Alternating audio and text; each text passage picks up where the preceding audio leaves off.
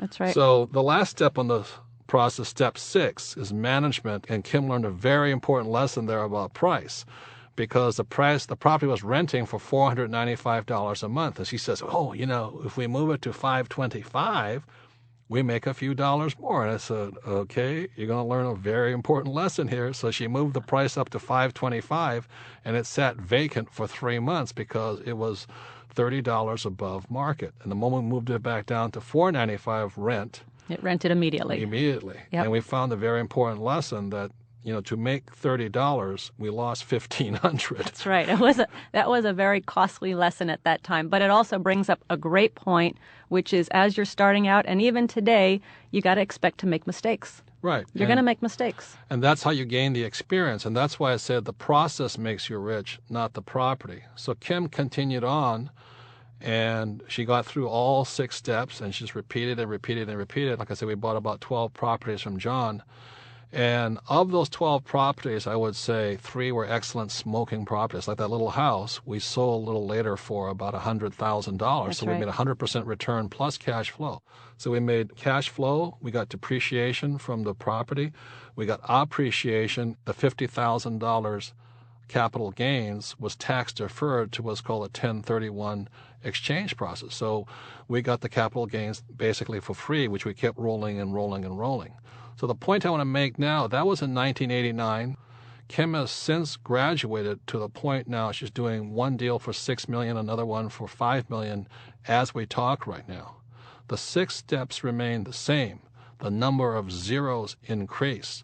The negotiations, the learning has been extreme. It's really in the negotiation and putting the deal together is where the hard part comes in now, right? That's right. And I have to say, with every single real estate deal I have done, every single deal, I have learned so much. I have become so much smarter with each deal that I do. And I make mistakes, and I get smarter. On things you could never have foreseen. Never, never. And if I hadn't stepped up, or if I hadn't put the money down, or if we hadn't said we're going to do this, if we didn't move forward, we never would have learned as much as we've learned. So the 3 things I want to say I was very proud of for Kim was about many things, but one of them, she could pull the trigger. In other words, she could write a check even though her knees were knocking. And I watched her because I wasn't worried about a $45,000 deal because it wouldn't break us. I was terrified. Yeah. She put the money together. She learned to budget her own personal finances so she could budget a rental property's finances. She learned to talk to brokers. She learned to do the tough deals. But have we always had the money? No. No, we started with no money. Right. But in some of these investments, did we have no money when we went into them? Yes, yes. And you had said it earlier, one of the things of having no money is you have to get very creative. And smarter. And smarter. And we got very creative and much smarter on how to finance deals. Yeah. So the big thing here is this. I got very proud of Kim because we let having no money be the reason we have money today. And what most people do is let having no money be the reason they don't have money. So she went through that. The other thing I hear people say is they run into a problem and they say, I just hate real estate. Oh, that's why I hate real estate. I have zoning problems. I have this and all that. And they violate rule number 1 is that the tougher the deal, the more you learn.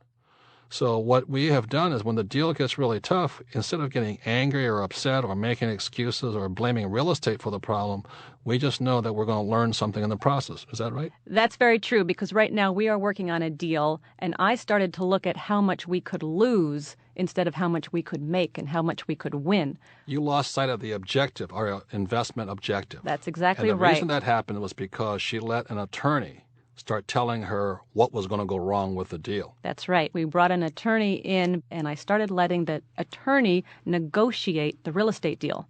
And that's a rule now I will never, ever forget. You never let an attorney negotiate your deal. There's times you use an attorney, but not to negotiate your real estate deal. You listen to your attorney, but ultimately what the attorney's job is to do is protect you. But what Kim lost sight of is that the investor assumes certain risks. So once the attorney told us what the risks are, our job is to decide whether or not we can live or die with those risks. And what she did was she let the attorney run the deal, and she lost sight again of the objective, which brings up this major point, is most attorneys are not investors. They're actually deal killers. We use them. On the bigger deals, I have an attorney. but they're only as advisors. They're not the investor. And that's the point I want to make. Again, the knee-knocking factor.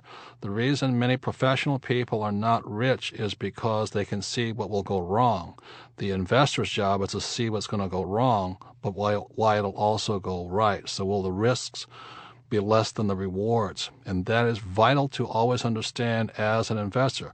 The point here is this. On that small deal, her knees were knocking, and I just let them knock. As the deals got bigger, your knees still knock, but the problem was you brought in somebody who was not an investor. So this is the points I want to make. We learn a lot from that attorney, but ultimately we are the investor. Is that correct? Yes, that's correct. And when I understood what was happening, I actually got very excited because, as I said earlier, with every investment we do, I get so much smarter. And I will never forget this lesson, and I will take it on to the next investment and the next investment and the next investment, and it'll be that much more successful.